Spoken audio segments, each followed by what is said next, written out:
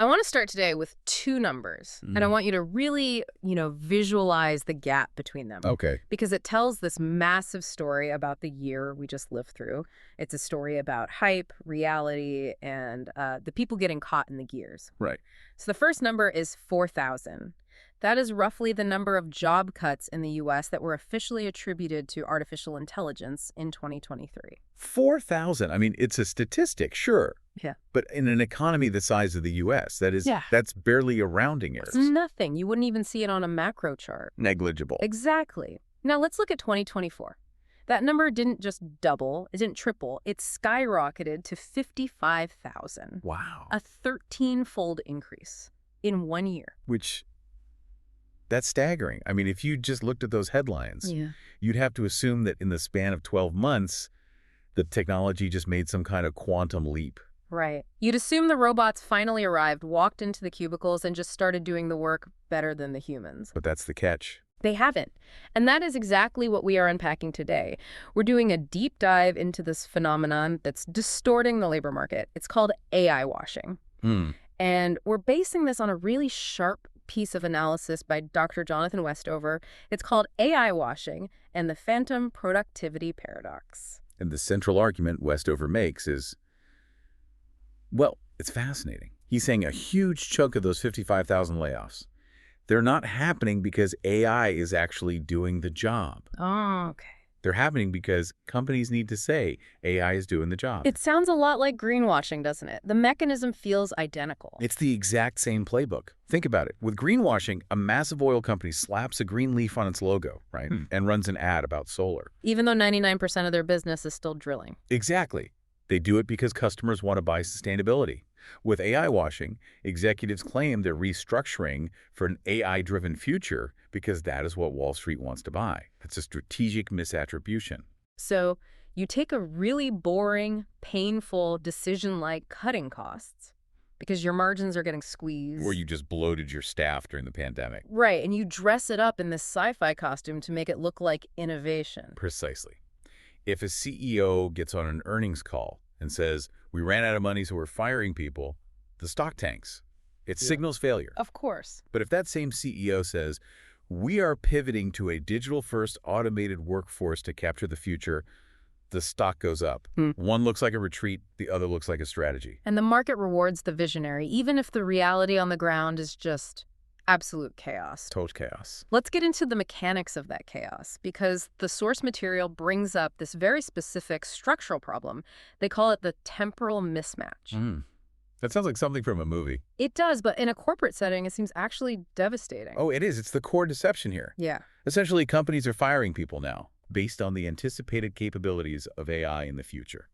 There is this gap, often months, sometimes years, between when the human is escorted out of the building and when the AI is actually functional. Westover gives this specific example that really drove it home for me. It was a multinational tech firm, unnamed, but a major player, that announced a 12% workforce reduction. Early 2024, right? Yeah, and the press release was just swimming in buzzwords, reallocating resources toward AI-driven initiatives, streamlining for the future, all that stuff. It sounds very forward-thinking.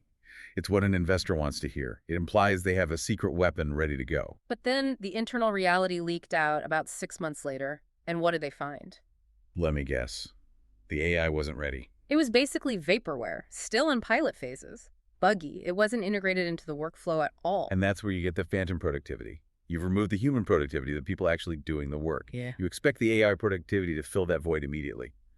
But it can't. So you're left with this phantom gap where work just stops. Or, more likely, it gets dumped on the survivors. Exactly. So the people who didn't get fired are now doing their job, plus the job of the person who left, plus they're wrestling with some beta version AI tool that doesn't even work. And in that specific case, the firm had to quietly lower their productivity targets in the next quarter. So the efficiency move actually made them less efficient. It's a classic case of counting your chickens before the eggs have even been laid. Or, firing the farmer before the automated egg-collecting robot has been invented. So if the outcome is lower productivity and burned out staff, why do it? Are CEOs just that disconnected, or is something else going on? I think it's a mix of ignorance and just intense pressure. Westover uses a term that I think is crucial here. It's called mimetic isomorphism. I practiced saying that 3 times in the mirror this morning. It's a mouthful. It is a mouthful. Break that down for us. What does it actually mean? It's essentially sophisticated peer pressure. In organizational psychology, it describes what happens when organizations are, uncertain about the future. When the market's volatile, tech is changing fast. You don't know the right move. Yeah. You just stop thinking for yourself, and you copy what the successful kids are doing. So if Google or Meta says, we're cutting jobs to pivot to AI, every other CEO looks at their board and says, uh-oh, we better do that too. Exactly. It creates a cascade. Yeah. Even if your company is profitable, even if your AI strategy is half-baked, you feel this immense pressure to signal agility. You have to look like you're keeping up. You have to show investors that you are AI-ready. If you don't cut heads, you look bloated and old-fashioned. If you do cut heads and say AI, you look disciplined and futuristic. It's corporate FOMO, fear of missing out. It is. And we saw this play out with Amazon. The source highlights this beautifully. Initially, the communications about their cuts were all about AI efficiencies. Right. It fit the narrative perfectly. But then, over time, the story shifted. Suddenly, it was about reducing bureaucracy and flattening the structure. Which is just code for we wanted to save money. Right. The AI narrative was the initial cover because it's palatable, it's exciting, we're broke, or we overhired is not exciting, we're automating is sexy. Okay, so we've established they're stretching the truth about why they're firing people. But I want to talk about what happens after the firing. Because this phantom productivity paradox, it sounds like it destroys the organizational brain. Yeah. This is the part that keeps organizational psychologists up at night. Why? When you fire a human, you aren't just firing a pair of hands. You are firing institutional memory. You are firing tacit knowledge. Tacit knowledge. Differentiate that for me. That's different from what's in the training manual. Oh, completely different.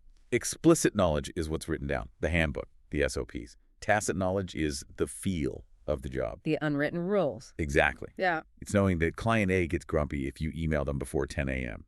It's knowing that the legacy code from 2015 breaks if you look at it the wrong way, and knowing exactly which weird workaround fixes it. It's the stuff you can't really explain. You just know it from doing the job for 5 years. Exactly. An LLM, a large language model, doesn't know that. Right. An algorithm cannot navigate the complex, unwritten social web of a company.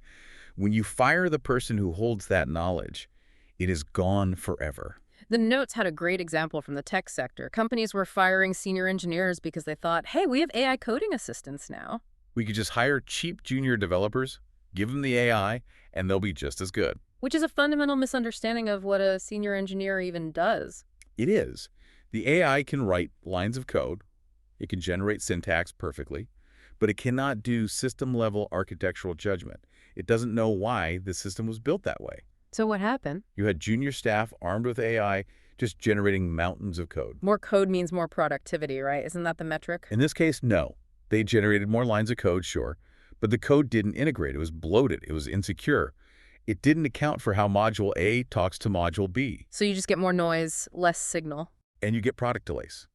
The paradox is that by trying to get faster with AI, they actually slowed down the entire product lifecycle because they got rid of the humans who understood how the whole machine worked. And what about the people left behind? The survivors? I mean, the vibe in the office can't be great. It's toxic. Yeah. And this leads to another layer of the paradox, innovation stagnation. The logic from the C-suite is we are cutting people to fund AI innovation. Yeah, sure. But the reality is, if you signal to your workforce that AI equals firing, you have just incentivized your entire staff to hate AI. Right. Why would I help train the robot if I know the robot is coming for my desk? Exactly. You destroy psychological safety. If an employee finds a bug in the AI tool, are they going to report it? No. No way. They're going to hide the problem or work double time to cover it up manually because they want to prove the human is still necessary. They enter survival mode. You stop experimenting. You stop taking risks. The source actually mentions that after these kinds of restructurings, patent filings, and R&D intensity just drop significantly. So you're killing the very innovation you claim to be supporting. That is wildly counterproductive. It's a self-inflicted wound. And it stems from viewing employees as costs to be minimized, not assets to be leveraged. I want to pivot to the human side of this, because getting laid off sucks, period. We know that. But Westover argues that being replaced by a machine, that hits differently. It does. It triggers a profound identity crisis. Mm. When you lose your job because the economy is bad, you can blame the market. You can say, it's not me, it's the recession. It's external. Right. Right. But when you are told, we don't need you because this software can do your job, it invalidates your entire skill set. It tells you your years of experience, your craft, is now obsolete. The source mentions this leads to higher rates of depression and anxiety compared to normal layoffs. Significantly higher. And there's this information asymmetry here that is just cruel. Workers are told to reskill, just learn how to use AI, adapt or die. We hear that all the time. But because companies are AI washing, because they're lying about what the AI can actually do, workers don't know what to study. That's a really interesting point. If my company says AI can do creative writing now, I might stop practicing writing. But if that's a lie, I've just abandoned a valuable skill for no reason. Or you rush to get a certification in prompt engineering, investing thousands of dollars, only to find out the company isn't actually using it, or the tool has already changed so much your certificate is worthless. You're navigating a career map where the landmarks are fake. It's a sense of helplessness. It feels like gaslighting on an industrial scale. You're being told the sky is green, and if you can't see it, you're the problem. That's a very apt description. Okay, this is pretty bleak. We've got lying executives, broken software, depressed workers. But the source material does offer a way out, right? It does. It's not all doom and gloom. Yeah. There are companies getting this right. And what's the difference? The mindset. The successful companies frame AI as complementarity, helping humans, not substitution, replacing humans. Let's talk about Siemens. They're highlighted as a huge success story. What did they do differently? Well, they're a massive industrial giant. They have cost pressures, too. Yeah. But Siemens launched a digital academy. Instead of firing people, they chose to upskill over 500,000 employees. 500,000 people. That is a serious investment. It's a strategic overhaul. Yeah. And look at the result. They moved their workforce from reactive maintenance, which is basically waiting for a machine to break and then fixing it, Right. to proactive optimization. Okay, break that down. How does the day-to-day change for a worker? So before a technician waits for a turbine to start rattling, then they shut it down and fix it. Lots of downtime. Mm-hmm. After the training, that same technician uses AI analysis to see the turbine is about to rattle in 3 days. They adjust the parameters now, preventing the break. The machine never stops running. So a job didn't disappear. It evolved. The human is still there, but doing higher value work. Exactly. And because they invested in their people, uptime went up, engagement went up, Yeah. and they didn't lose that institutional memory. They kept the people who know how the factory hums and gave them superpowers. That sounds so much smarter. What about Unilever? They used AI in recruiting, which can be a really sensitive area. It is. We know automated recruiting tools can have major issues, but Unilever's crucial move was governance. They kept human review processes running parallel to the AI. They didn't just turn it on and walk away. No. They didn't just fire all the recruiters to save on HR salaries, and they found issues, right? The AI showed operational flaws. What kind of flaws? It wasn't selecting candidates effectively in certain demographics. Now, an AI washing company would have just let the flawed tool run wild. Unilever fixed the tool. They kept humans in the loop to correct the algorithm. That seems to be the theme here, human in the loop. Yes. Microsoft and GitHub did something similar with Copilot. They were transparent. They marketed it as a pair programmer. Not a replacement programmer. That distinction is vital. They shared detailed metrics on what the tool could do, but more importantly, what it could not do. That honesty builds trust. Which is key. If you tell a developer, this tool handles the boring boilerplate code so you can focus on the complex logic, they say, great, sign me up. Right. But if you tell them, this tool writes code so you're fired, they say, I'm going to sabotage this, or I'm quitting. Microsoft understood that adoption depends on trust. So if I'm a leader listening to this, what is the prescription? How do we stop the washing and actually get the value? Westover outlines 3 pillars. First is transparency. Be honest. If you're cutting jobs for financial reasons, don't blame a bot that isn't ready. Own the decision. Just tell the truth. Sounds simple. Second is procedural justice. Involve employees in designing the AI workflow.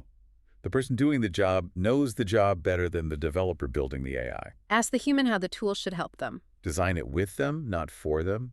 And third is governance. You need review boards. And not just tech leaders. You need HR, operations, and actual employees on these boards to approve deployments. You need a stop button. It all comes back to that phantom productivity paradox. You can't harvest the fruit before the tree has grown. That's a beautiful way to put it. We are in a transition phase. And the mistake is acting like we're at the destination. Mm. We aren't. We're on the journey, and you need human guides. So the verdict is, cutting heads to appear innovative is a losing strategy. It sounds good on an earnings call, but it rots the company from the inside out. It destroys the very human capital you need to make the AI work. The companies that win in the next 10 years will be the ones with the smartest, most empowered employees who know how to dance with the algorithms. I love that image, dancing with the algorithms, not being stepped on by them. Exactly. We've covered a lot. But before we go, I want to leave you with a thought to mull over. Let's hear it. The next time you see a headline about an AI transformation or you hear rumors at your own company, ask yourself this. Is this strategy designed to empower you, to help you do things you couldn't do before? Oh. Or is it a narrative designed to please a shareholder who will never have to use the software? Because the difference between those two things isn't just semantics. The difference is whether the AI is actually ready to do the work. And if the AI isn't ready and the humans are gone, who's driving the bus? That is the question. Thanks for diving deep with us today. We'll catch you on the next one. At Arizona State University, we're bringing world-class education from our globally acclaimed faculty to you. Earn your degree from the nation's most innovative university. Online. That's a degree better. Learn more at asuonline.asu.edu.